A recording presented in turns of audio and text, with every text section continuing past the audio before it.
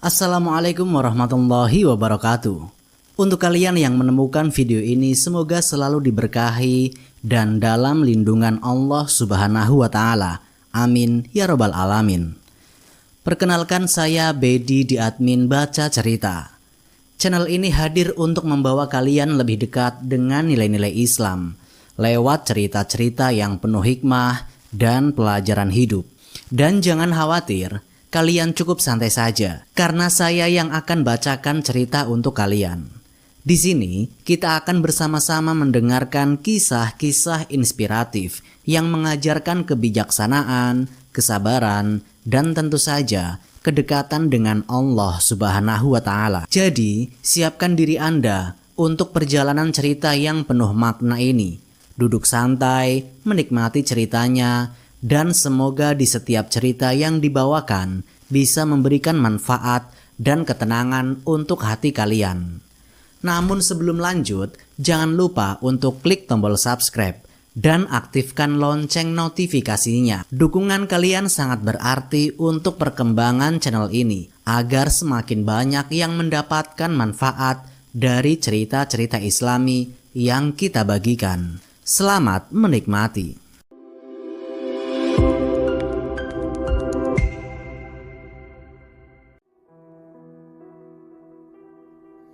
Hamzah, nama yang pastinya tidak asing bagi teman-teman sekalian. Ia adalah sosok yang begitu sulit untuk dilukiskan dengan kata-kata. Fisiknya mencerminkan kekuatan seorang pria sejati. Kulitnya putih bersih, tubuhnya kokoh, dan wajahnya begitu tampan. Sayyidina Hamzah juga benar-benar istimewa, bukan hanya dari penampilannya saja. Ia adalah seorang yang memegang teguh prinsip dalam hidupnya. Kalau benar ya benar dan kalau salah ya salah. Hamzah radhiyallahu anhu adalah sosok yang memiliki garis keturunan yang mulia. Nama lengkapnya adalah Hamzah bin Abdul Muthalib bin Hashim. Dalam tradisi Arab, ia dikenal dengan kunyah Abu Umaroh atau Abu Ya'la. Ayahnya Abdul Muthalib adalah seorang tokoh terhormat di Mekah, sekaligus kakek dari baginda Nabi Muhammad SAW. Hubungan darah ini semakin memperkokoh posisi Hamzah di tengah masyarakat Quraisy, baik dari segi kehormatan maupun pengaruh. Beliau, Sayyidina Hamzah, adik berbeda ibu dari Abdullah. Abdullah adalah ayah Nabi, yang artinya Hamzah dan Abdullah atau ayah Rasul adalah adik kakak dengan satu ayah, tetapi berbeda ibu.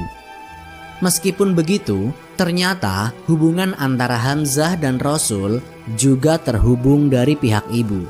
Pasalnya, Halah binti Wuhaib, yaitu ibu Hamzah, adalah saudara sepupu Sayyidah Aminah, ibu Nabi Muhammad SAW.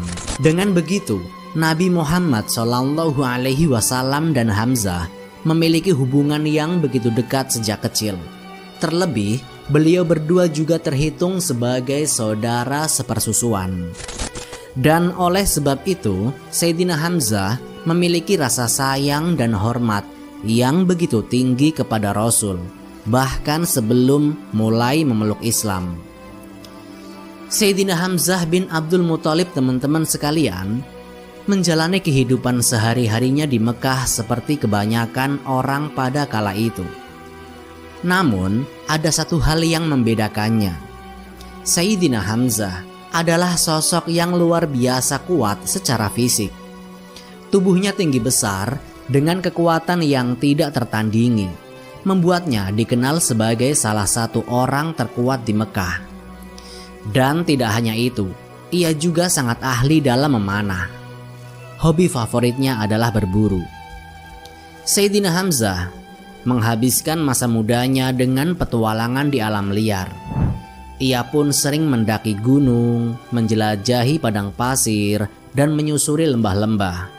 Seolah-olah tidak ada tempat yang terlalu jauh atau terlalu sulit baginya.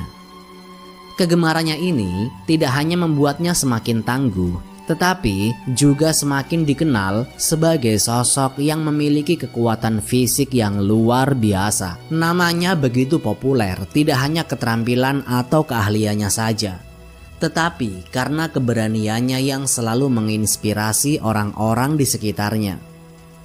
Misalnya dalam berburu, beliau Sayyidina Hamzah radhiyallahu anhu yang dikenal dengan keberaniannya pernah berburu seekor singa di masa jahiliyah. Setelah berhasil memburu dan membunuh singa itu, yang tentunya bukanlah perkara mudah, Sayyidina Hamzah memikul tubuh besar singa tersebut di pundak kirinya hanya dengan satu tangan. Sementara itu, tangan kanannya memegang busur panah yang ia gunakan dalam perburuan. Membunuh seekor singa dengan anak panah bukanlah hal yang sederhana. Ia membutuhkan keahlian, ketepatan, dan tentu saja keberanian yang luar biasa. Sesuatu yang sangat melekat pada diri Hamzah. Anak panah juga tidak semudah itu bisa menembus kulit yang tebal, tapi kuasa Allah, dia diberikan kelebihan itu. Teman-teman yang dirahmati Allah, dengan hikmah Allah, datanglah suatu peristiwa yang menjadi sebab masuk Islamnya tokoh kita yang satu ini, Hamzah radhiyallahu anhu. Kejadiannya begitu tiba-tiba dan serat akan makna. Pada saat itu, Nabi Muhammad SAW sedang menghadapi berbagai bentuk caci maki dan penghinaan dari orang-orang Quraisy di Mekah. Namun ya seperti biasa, baginda Nabi Muhammad SAW selalu menanggapi hinaan itu dengan kesabaran yang luar biasa. Mereka mencap beliau sebagai penyihir, penjahat. Namun semua itu diabaikan oleh beliau SAW. Bahkan ketika tindakan mereka semakin keterlaluan, Nabi Muhammad SAW tetap bersabar. Pernah suatu ketika, saat beliau sedang bersujud, seseorang menuangkan kotoran unta di atas leher beliau. Nabi Muhammad SAW pun diam dan tidak membalas. Ada juga momen di mana batang leher beliau diinjak hingga beliau sulit bernapas. Dan meskipun demikian, Nabi tetap memilih bersabar. Karena pada saat itu, belum ada kekuatan di Mekah untuk melawan. Dan selain itu memang belum ada perintah dari Allah untuk membalas atau melawan tindakan tersebut. Kesabaran yang luar biasa menjadi cermin keteguhan hati Nabi Muhammad. Meskipun situasi yang beliau hadapi sangat berat. Tapi satu waktu teman-teman sekalian, Abu Jahal waktu melihat Nabi Muhammad SAW yang sedang melaksanakan tawaf, dia mengucapkan kata-kata yang sangat menyakitkan, bahkan lebih sakit daripada melukai fisik. Namun dalam buku sejarah tentu tidak disebutkan cacian itu seperti apa. Cuman hampir semuanya mengatakan cacian itu sangat menyakitkan, bahkan mengalahkan sakitnya fisik. Penghinaan yang luar biasa. Dan tidak ada orang yang membela Nabi Muhammad SAW walaupun dari suku beliau sendiri. Dan kebetulan pada saat itu ada seorang budak wanita, budaknya Abdullah bin Jud'an yang kebetulan lewat di situ dan melihat Nabi Muhammad SAW sedang dicaci maki dengan cara seperti itu. Dan dia tahu tuannya Abdullah bin Jud'an tidak membenci Nabi Muhammad SAW. Ia pun berusaha mengangkat suaranya dan berkata dengan lantang, "Hai Quraisy, tidakkah kalian punya hati? Mengapa kalian membiarkan ini terjadi? Kenapa Muhammad terus dicaci maki, sementara tidak ada seorang pun yang peduli?" Namun seruan dari budak wanita tersebut tidak mendapatkan perhatian dari orang-orang Quraisy. Mungkin karena ia hanyalah seorang budak wanita, ya sehingga tidak ada yang peduli dengan apa yang ia katakan. Maka budak ini lari keliling Mekah, sampai dia keluar pintu gerbang Mekah yang dikenal dengan pintu Bani Saibah. Begitu keluar dari sana, dia ketemu Sayyidina Hamzah radhiyallahu anhu. Kebetulan Sayyidina Hamzah baru pulang dari berburu. Ketika Sayyidina Hamzah lewat, budak wanita itu segera memanggilnya dan berkata, "Wahai Hamzah, tidakkah kau tahu apa yang dilakukan Abu Hakam terhadap keponakanmu Muhammad?" Hamzah pun bertanya, apa yang dia lakukan? Budak itu lalu menjawab, dia mencaci makinya dengan kata-kata yang keji. Lalu budak itu pun mulai menceritakan berbagai hinaan yang dilontarkan oleh Abu Hakam terhadap Rasulullah. Maka kata Hamzah, apakah tidak ada yang membelanya? Kata budak tersebut, demi Allah tidak ada. Maka Hamzah pun enggak pakai tunggu pada saat itu. Sambil memegang busur panah, dia langsung mendatangi Abu Jahal di dekat Ka'bah. Dan tidak pakai banyak ngomong, kepalanya Abu Jahal dihantam dengan busur dan terluka. Karena Abu Jahal waktu itu dianggap rajanya Mekah lah istilahnya, orang yang dituakan di situ. Maka orang-orang sekitarnya mau membela. Kata Hamzah, silahkan maju, silahkan, saya siap untuk mati, untuk membela keponakanku. Lalu Hamzah mengatakan kepada Abu Jahal, "Hai Abu Hakam, berani benar kau caci maki keponakanku, sementara aku dalam agamanya." Nah, kalimat itu, sementara aku dalam agamanya. Padahal Hamzah waktu itu belum masuk Islam. Dia pun tidak tahu kenapa dia mengucapkan kalimat itu. Maka Abu Jahal mengatakan, biarkan dia, memang saya yang salah. Saya sudah berlebihan telah menghina keponakannya. Sayyidina Hamzah radhiyallahu anhu lalu pulang ke rumahnya dan dia renungi kalimat tersebut. Kenapa saya tadi ucapkan seperti ini?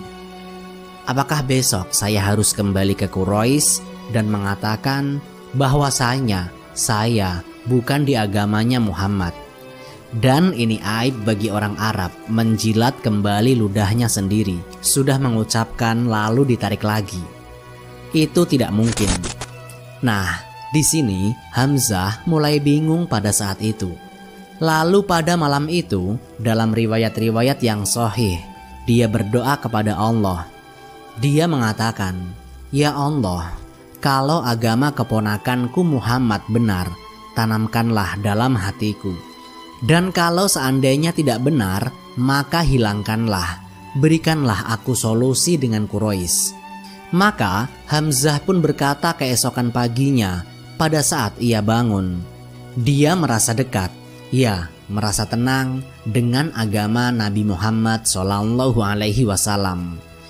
Maka dia pun mendatangi Rasulullah SAW dan mengucapkan kalimat syahadat. Dan ini rahasia masuk Islamnya Sayyidina Hamzah radhiyallahu anhu.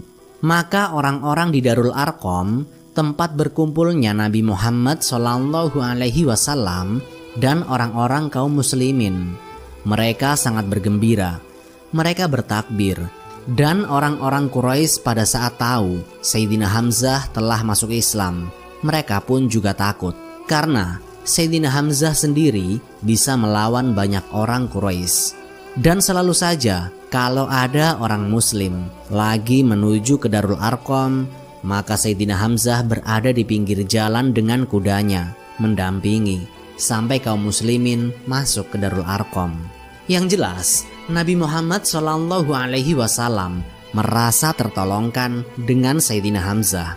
Tapi Islam saat itu, masuknya Sayyidina Hamzah sendiri belum cukup. Sayyidina Hamzah nggak bisa sendirian juga membela Islam. Sementara kaum muslimin banyak yang dari kaum yang lemah, dari budak-budak yang tidak punya kedudukan dan halal untuk dibunuh pada saat itu.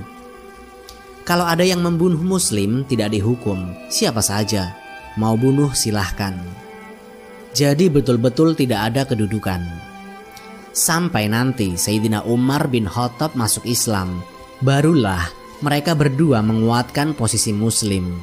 Ketika Nabi Muhammad SAW mengumumkan perintah untuk hijrah ke Madinah, Hamzah langsung memenuhi seruan itu. Ia turut hijrah bersama kaum muslimin lainnya. meninggalkan Mekah untuk memulai babak baru dalam perjuangan Islam di Madinah. Kiprah Hamzah semakin terlihat jelas setelah tiba di Madinah. Peranannya menjadi semakin menonjol, terutama di medan perang, yang menjadi salah satu panggung utama kehebatannya. Keunggulannya di medan perang menjadi bukti nyata keberanian dan kepemimpinannya. Medan perang menjadi arena yang luar biasa bagi Hamzah radhiyallahu anhu. Ketika Nabi Muhammad SAW memutuskan untuk membentuk brigade pertama yang terdiri dari sekitar 30 hingga 300 orang pasukan, Sayyidina Hamzah langsung menunjukkan keberaniannya. Sariyah pertama ini diutus untuk mengejar pasukan Quraisy, dan peristiwa ini terjadi di tahun pertama Hijriyah. Nabi Muhammad SAW mengajak para sahabat untuk bergabung dalam misi tersebut. Dan saat berkumpul, Sayyidina Hamzah radhiyallahu anhu segera menyatakan kesiapannya. "Saya ikut ya Rasulullah," ujarnya dengan penuh semangat. Melihat keberanian dan semangatnya Sayyidina Hamzah, Nabi Muhammad SAW pun memilihnya sebagai pemimpin pasukan tersebut. Rasulullah SAW mengutus pada waktu itu 30 orang muhajirin untuk menghadang kafilah dagang orang-orang Quraisy yang sedang melakukan perjalanan pulang dari negeri Syam. Dan pada saat itu, kafilah dipimpin oleh Abu Jahal bin Hisham dan memiliki 300 orang pengawal. Dan saat itu, pasukan muslimin yang berjumlah 30 orang harus berhadapan dengan pasukan Quraisy yang berjumlah 300 orang. Dalam suasana penuh ketegangan tersebut, Sayyidina Hamzah radhiyallahu anhu memotivasi para sahabat agar siap berjuang hingga mati syahid. Ketika kedua pasukan hampir saling berhadapan, Abu Jahal tidak dapat menghindar dan harus menghadapi kenyataan di medan perang. Namun lokasi tersebut, tempat pertempuran itu, ternyata berada di wilayah suku Al-Juhani. Pemimpin suku tersebut, Majni bin Amir Al-Juhani, yang kebetulan memiliki hubungan baik dengan kedua belah pihak. Suku Al-Juhani ini adalah sekutu bagi kaum muslimin, sekaligus memiliki kerjasama dengan Quraisy. Situasi ini menjadikan mereka di posisi yang netral dalam pertempuran yang akan terjadi. Majni bin Amir Al-Juhani kemudian berusaha masuk di tengah-tengah kedua pasukan. Ia dengan tegas berkata, "Tidak boleh ada peperangan di wilayah saya. Jika kalian ingin berperang, silahkan kalian ke tempat lain, tetapi tidak di sini. Ini adalah wilayah suku saya dan di bawah kekuasaan saya, dan peperangan tidak diizinkan di sini." Dan maka terjadilah pada saat itu terpisah dan tidak bisa atau tidak jadi peperangan. Dan Sayyidina Hamzah pulang sesuai dengan instruksi Nabi Muhammad SAW. Kalau kafilah Quraisy dapat diserang, ambil, kalau enggak maka pulanglah. Begitulah pesan Rasulullah. Di sini perlu diluruskan pemahaman yang keliru, bahwa seakan-akan umat Islam atau Nabi Muhammad SAW menghalalkan tindakan merampok. Hal ini bukanlah tindakan merampok, karena pada dasarnya kaum muslimin yang berhijrah ke Madinah telah kehilangan harta benda mereka yang ditinggalkan di Mekah. Harta-harta tersebut diambil secara paksa oleh kaum Quraisy, termasuk harta Nabi Muhammad SAW sendiri. Dan oleh sebab itu, Nabi Muhammad SAW memerintahkan kaum muhajirin untuk mengambil kembali hak mereka. Biasanya, kafilah dagang yang menuju ke negeri Syam ini dimiliki oleh para pemimpin Quraisy seperti Abu Jahal, Abu Sufyan, Umayyah bin Khalaf, dan lainnya. Maka, penyerangan terhadap kafilah-kafilah tersebut adalah bagian dari upaya untuk merebut kembali harta yang telah mereka rampas, bukan tindakan perampokan. Ini adalah inti dari maksud perintah Nabi kepada kaum muhajirin, mengambil kembali hak mereka yang telah dirampas. Tidak ada unsur perampokan dalam hal ini, sehingga jangan sampai terjadi kesalahpahaman. Sahabat yang dirahmati Allah, salah satu kiprah penting umat Islam adalah dalam Perang Badar, yang terjadi pada bulan Ramadan tahun 2 Hijriah. Nabi Muhammad SAW mengajak siapa saja dari penduduk Madinah yang bersedia untuk bergabung. Dan pada saat itu, kaum muslimin yang terkumpul bersama Nabi berjumlah 313 orang. Dan menjadi 314 orang termasuk Nabi Muhammad SAW sendiri. Salah satu sahabat yang ikut serta adalah Hamzah bin Abdul Muthalib radhiyallahu anhu, yang juga ditunjuk oleh Nabi untuk memimpin pasukan dari kalangan muhajirin. Mereka pun berangkat menuju Badar dengan tujuan mengejar kafilah dagang yang dipimpin pada waktu itu oleh Abu Sufyan. Kafilah tersebut dilaporkan dikawal sekitar 200 hingga 300 orang. Namun ketika kaum muslimin tiba di wilayah Badar, kafilah Abu Sufyan berhasil lolos. Allah Subhanahu wa Ta'ala telah menyebutkan secara panjang lebar tentang perang Badar dalam surat Al-Anfal. Bahkan Allah menamakan peristiwa ini sebagai Yaumul Furqan atau Hari Furqan, yakni hari yang membedakan antara kebatilan dan kebenaran. Allah juga menegaskan bahwa dalam perang Badar terdapat campur tangan Allah Ta'ala secara langsung. Hal ini dinyatakan dalam firman-Nya dalam surat Al-Anfal, yang artinya, dan Allah tidak menjadikan hal itu melainkan sebagai kabar gembira dan agar hatimu menjadi tentram karenanya. Kemenangan itu hanyalah dari Allah. Sesungguhnya Allah Maha Perkasa lagi Maha Bijaksana. Sahabat yang dirahmati Allah, seandainya pasukan Muslim dan pasukan Quraisy ini saling berjanji untuk bertemu di medan perang, kemungkinan besar pertemuan itu tidak akan terjadi. Hal ini karena kedua belah pihak belum pernah berperang sebelumnya dan jiwa-jiwa mereka masih diliputi keraguan serta kesulitan untuk menghadapi peperangan. Namun Allah Subhanahu wa Ta'ala menghendaki perang Badar menjadi pemicu keberanian bagi kaum muslimin agar mereka berani mempertahankan kebenaran. Perang ini menjadi titik awal penting dalam membangun kepercayaan diri di umat Islam untuk menghadapi tantangan yang lebih besar di masa depan. Yang jelas, saudaraku seiman, perang Badar ini adalah pelajaran berharga tentang keyakinan, kebenaran, keberanian, dan pertolongan Allah kepada orang-orang yang beriman. Ketika 314 orang ini tiba di wilayah Badar, dan ternyata kafilah Abu Sufyan berhasil lewat lembah, gunung, lereng, dan berhasil lolos. Tapi sebelumnya Abu Sufyan telah mengirim surat ke Mekah untuk meminta agar Abu Jahal dan rombongannya ini semuanya untuk datang. Dan terbentuklah 1000 pasukan perang dengan persiapan yang sangat matang. Perlengkapan senjata juga sangat lengkap.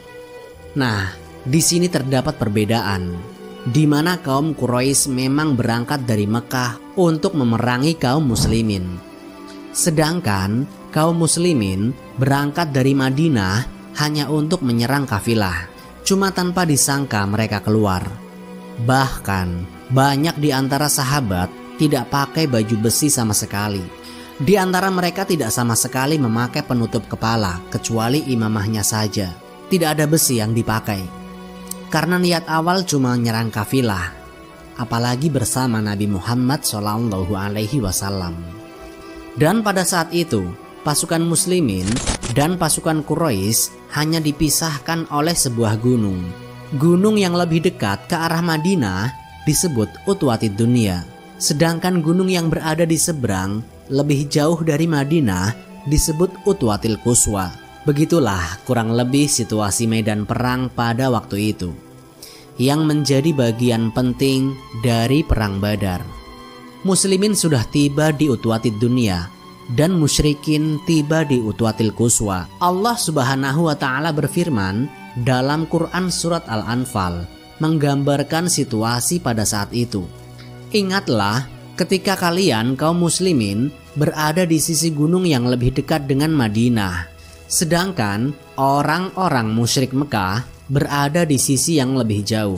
Firman Allah ini menjelaskan posisi strategis kedua pasukan menjelang peristiwa besar perang Badar. Maka ringkas cerita teman-teman sekalian, Allah Ta'ala menyampaikan kepada nabinya Muhammad SAW kalau pasukan sudah akan tiba. Kemudian Nabi Muhammad SAW bermusyawarah dengan para sahabat mengenai langkah apa yang harus diambil. Beliau pun bertanya, "Bagaimana pendapat kalian sekarang? Kafilah sudah lolos, sementara yang ada di depan kita adalah pasukan perang Quraisy yang berjumlah 1.000 orang. Apa yang harus kita lakukan?" Abu Bakar radhiyallahu anhu berdiri dan berkata, "Ya Rasulullah, pergilah kemana saja yang Anda kehendaki, aku akan selalu ikut." Umar radhiyallahu anhu menyatakan hal yang serupa, "Ya Rasulullah, kami akan mendukung Anda."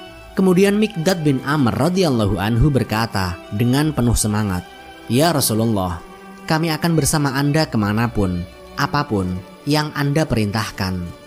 Hamzah radhiyallahu anhu pun berkata, "Ya Rasulullah, lanjutkan perjalanan, kami semua setuju dan siap mendukung Anda." Namun Nabi Muhammad SAW kembali meminta pendapat kepada kaum Ansor dengan mengatakan, "Berikan pendapat kalian." Biasanya kalau mau menyerang kafilah selalu orang-orang muhajirin saja. Akan tetapi kali ini orang-orang Ansor juga diberikan kesempatan. Maka berdirilah Sa'ad radhiyallahu anhu mengatakan, "Ya Rasulullah, seakan-akan Anda menginginkan kami orang Ansor?" Kata Nabi SAW, "Iya, tentu saja." Lalu kata Sa'ad, "Ya Rasulullah, perintahkan apa saja yang Anda mau. Kemana saja perintahkan, kami akan ikut. Kami bukan berarti mau membela Anda di Madinah saja. Di mana saja kami akan bela Anda. Kalau seandainya Anda pun turun ke lautan, Anda perintahkan, kami akan ikut." Maka Nabi Muhammad SAW pun senang pada saat itu. Perang sudah akan terjadi pada saat itu. Nabi Muhammad SAW bertakbir, mengatur strategi perangnya.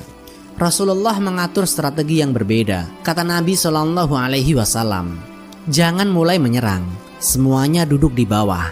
Yang pegang perisai di bagian depan, yang pegang tombak dan pedang di bagian tengah, dan yang bagian belakang para pemanah."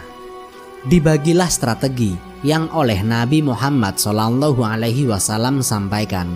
Ketika masing-masing pasukan sudah berhadap-hadapan, orang-orang Quraisy mulai bingung. Mereka belum pernah berperang dengan orang di medan perang duduk.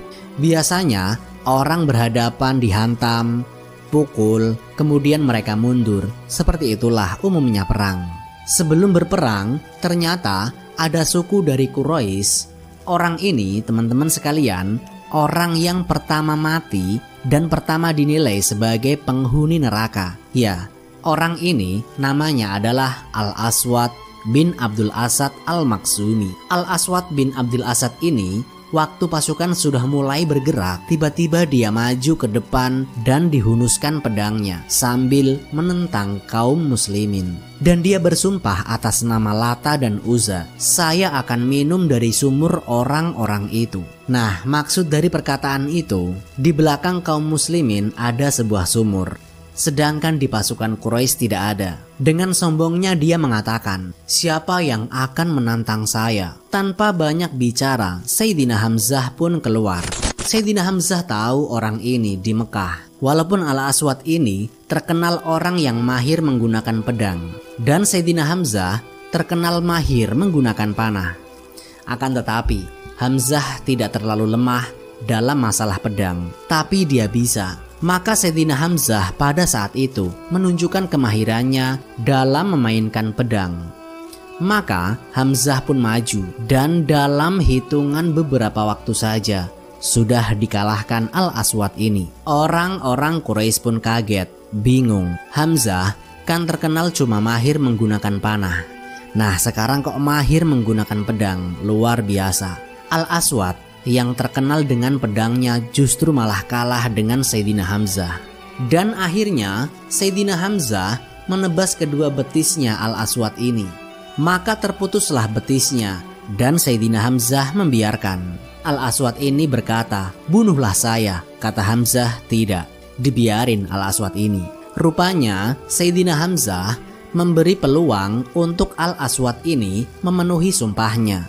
Dan Al-Aswad terus merangkak ke depan pasukan muslimin. Maksudnya, dia mau buktikan kalau dia bisa minum dari air sumur itu yang berada di belakang kaum muslimin. Kan tadi dia sumpah seperti itu. Dia harus minum air di tengah-tengah muslimin. Nah, begitu dekat sumur, Sayyidina Hamzah langsung membunuh Al-Aswad ini supaya sumpahnya tidak terpenuhi. Melihat kejadian tersebut, ada 3 tokoh Quraisy yang lain maju lagi. 3 orang yang baru ini adalah saudara adik kakak dan anak yang dikenal dengan Utbah bin Rabi'ah, Syaibah bin Rabi'ah, dan Al-Walid bin Utbah. Utbah bin Rabi'ah dan Syaibah bin Rabi'ah adalah kakak adik. Kemudian Al-Walid bin Utbah adalah anaknya Utbah bin Rabi'ah. Maka keluarlah 3 orang ini dengan semuanya menggunakan topi besi. Tinggal matanya saja yang kelihatan. Mereka mengatakan, siapa yang mau menantang duel? Keluarlah dari muslimin 3 orang dari Ansor. Semua yang keluar adalah Abdullah bin Rawahah, Auf bin Harith, dan Muawid bin Harith. Sedikit tambahan penjelasan tentang Auf dan Muawid. Auf dan Muawid ini yang nantinya akan membunuh Abu Jahal. Mereka berdua yang menebaskan pedangnya ke Abu Jahal sampai-sampai Abu Jahal kritis. 2 orang ini umurnya masih 15 dan 16 tahun. 2 orang yang sangat pemberani, luar biasa. Ketika Abu Jahal sedang kritis, diteruskan oleh Abdullah bin Mas'ud yang menebas kepala Abu Jahal.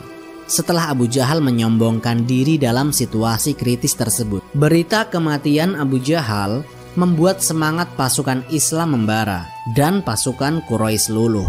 Nabi Muhammad SAW mendengar berita kematian Abu Jahal lalu mengucapkan, Wallahi la ilaha illallah, la ilaha illallah, la ilaha illallah, Allahu Akbar, Alhamdulillah. Itulah sedikit informasi tentang kematian dedengkotnya kaum Quraisy, yaitu Abu Jahal. Melanjutkan yang tadi ya, cerita yang duel. Keluarlah mereka, yaitu Abdullah bin Rawahah, Auf bin Harith, dan Muawid bin Harith. Mereka tidak pakai topi besi, karena mereka keluar tadi niatnya mau mengejar kafilah saja. Maka kelihatan wajahnya, tidak memakai topi besi. Orang-orang yang 3 ini tadi dari kaum Quraisy, yaitu Utbah, Syaibah, dan Walid, tidak kenal orang-orang ini. Terus mereka bertanya, siapa kalian? Dan 3 orang ini sebutkan kalau mereka juga punya nasab yang baik dari orang-orang Ansor. Lalu tiba-tiba Syaibah mengatakan, hai Muhammad, keluarkanlah dari suku kami. Kami tidak mau dari orang-orang Madinah ini. Keluarkanlah orang dari suku kami yang setimpal dengan kami. Maka Nabi Muhammad SAW mengatakan, berdirilah wahai Ubaidah. Ubaidah ini adalah sepupu Nabi Muhammad SAW yang umurnya memang sudah lebih tua dari Hamzah. Seterusnya Nabi SAW memerintahkan, berdirilah wahai Hamzah, dan berdirilah wahai Ali. 3-tiganya dari keluarga Nabi Muhammad SAW. Bukan orang sembarangan saya kirim, keluarga saya juga. Saya akan korbankan mereka, dalam tanda kutip ya di sini, berkorban di jalan Allah maksudnya. Maka pergilah 3 orang ini berhadapan. Lalu karena ketiganya ini mengatakan, siapa kalian? Sayyidina Hamzah memperkenalkan diri. Apakah kalian melupakan saya? Saya Hamzah. Mereka sudah tahu siapa Hamzah. Yang satu lagi Ali. Sayyidina Ali memang masih muda. Lalu yang satu lagi Ubaidah. Ubaidah juga terkenal. Maka Ubaidah pun akhirnya melawan Utbah yang paling tua. Hamzah melawan Syaibah bin Rabi'ah. Dan Sayyidina Ali melawan Al-Walid bin Utbah. Dalam sekejap saja, baru beberapa kali serangan dari Syaibah ini dihindari oleh Sayyidina Hamzah. Dan Hamzah pun berhasil membunuh Syaibah bin Rabi'ah. Sayyidina Ali bin Abi Thalib pun dalam sekejap setelah Sayyidina Hamzah langsung membunuh Al-Walid. Tinggal Ubaidah bersama dengan Utbah gitu kan. Tinggal 2 orang ini. Maka yang terjadi adalah dua-duanya saling menghantamkan pedang dan akhirnya dua-duanya terluka. Pada saat luka dan terjatuh, maka Sayyidina Hamzah dan Sayyidina Ali menyelamatkan Ubaidah dibawa ke pasukan muslimin. Lalu kemudian keduanya yaitu Sayyidina Hamzah dan Sayyidina Ali kembali untuk membunuh Utbah bin Rabi'ah, dan terbunuhlah 3 orang tokoh Quraisy pada saat itu. Singkat cerita, pasukan kaum berkuda Quraisy mulai menyerang kaum muslimin. Kaum muslimin tetap tenang dan bersiap-siap dan tetap duduk. Begitu mereka kaum Quraisy menyerang, karena kaum muslimin duduk di bawah, mereka kaum Quraisy bingung mau menyerang seperti apa. Tidak sampai pedang mereka ke bawah. Begitu dekat dan mereka mencoba mau tebasin pedang ke kaum muslimin dan ditangkis. Ternyata begitu mendekat, orang-orang di bagian depan yang pegang tombak menusukkan tombak-tombak ke kuda mereka. Dan akhirnya banyak yang mati, banyak korban dari orang-orang Quraisy. Barulah Nabi Muhammad SAW menyuruh menyerang mereka. Pasukan pemanah melemparkan anak-anak panah ke arah mereka, dan akhirnya sampai ke peperangan berkecamuk. Dan sangat seru pada saat itu karena orang-orang Quraisy juga melemparkan anak panahnya. Hanya saja Sayyidina Hamzah, Sayyidina Ali, Asim dan Zubair, mereka berempat ini sepakat untuk menyerang pemegang benderanya Quraisy. Dan pada zaman dulu, bendera itu adalah simbol kemenangan. Kalau masih ada benderanya berkibar, walaupun tinggal 1 orang prajurit, itu tetap menang. Walaupun jumlahnya ribuan, tapi benderanya sudah jatuh, berarti kalah. Seperti itulah. Maka 4 orang ini sepakat, kita fokus saja. Kita cari mana yang pegang bendera, kita serang ke sana. Maka sepakatlah 4 orang ini untuk masuk dan berhasil. Yang memegang bendera kebetulan adalah suku Abdidar. Suku Abdidar ini teman-teman sekalian adalah Abdidar sama Abdul Manaf saudara kandung. Dalam jalur nasabnya Nabi Muhammad SAW, Abdul Manaf dan Abdidar sekandung. Dari Abdul Manaf turunlah Rasulullah SAW, Sayyidina Hamzah dan seterusnya. Dari Abdidar turunlah beberapa orang, termasuk orang-orang yang pegang bendera ini. Tapi yang jelas, 2 ini adalah bersaudara satu jalur. Yang memegang bendera yang dalam keadaan kafir adalah suku Abdidar. Artinya, masih keluarganya Sayyidina Hamzah, keluarganya Rasulullah SAW. Yang jelas teman-teman sekalian, Sayyidina Hamzah pun akhirnya menyerang pemegang bendera pertama. Dan biasanya pemegang bendera ini orangnya sangat kuat, karena kalau begitu jatuh bendera berarti jadi masalah. Dalam sedikit saja gerakan, Sayyidina Hamzah berhasil membunuhnya, dibantu dikelilingi oleh 3 orang sahabatnya, yaitu Ali, Zubair, dan juga Asim. Seterusnya berdiri ada 11 orang dari keturunan Abdidar ini yang siap meneruskan memegang bendera supaya terus berkibar. Dan akhirnya dibunuhlah pemegang bendera kedua, ketiga, keempat, sampai 11 orang pemegang bendera dibunuh semuanya. Dan dari 11 orang ini, 9 dari orang ini dibunuh oleh Sayyidina Hamzah radhiyallahu anhu. Luar biasa. Padahal Nabi Muhammad SAW pernah mengatakan, tidak akan bersatu antara seorang muslim dan kafir di neraka. Siapa yang berhasil membunuh satu kafir di kancah peperangan, kalau jihad yang benar, maka dia tidak akan bersatu antara dia dan kafir itu di neraka. Artinya dijamin masuk surga dalam catatan masih dalam agama Islam. Sayyidina Hamzah membunuh 9 orang pada saat peperangan itu. Ali membunuh 1, Zubair membunuh 1, dan Asim 1, gitu kan? Yang lainnya 1-1, sedangkan Sayyidina Hamzah 9. Pada saat 11 orang ini sudah mati terbunuh, ada 1 orang budak lagi, budak dari Abdidar. Badannya sangat kekar. Dia mau mencoba meneruskan memegang bendera tersebut. Lalu dia menggoyangkan, mengkibar-kibarkan bendera itu. Pada saat dia lagi menggoyangkan bendera itu, Asim melihat dan mengejar budak ini. Sedangkan Sayyidina Hamzah, Ali, dan Zubair mengira sudah selesai. Bendera sudah jatuh, tidak mungkin berkibar lagi.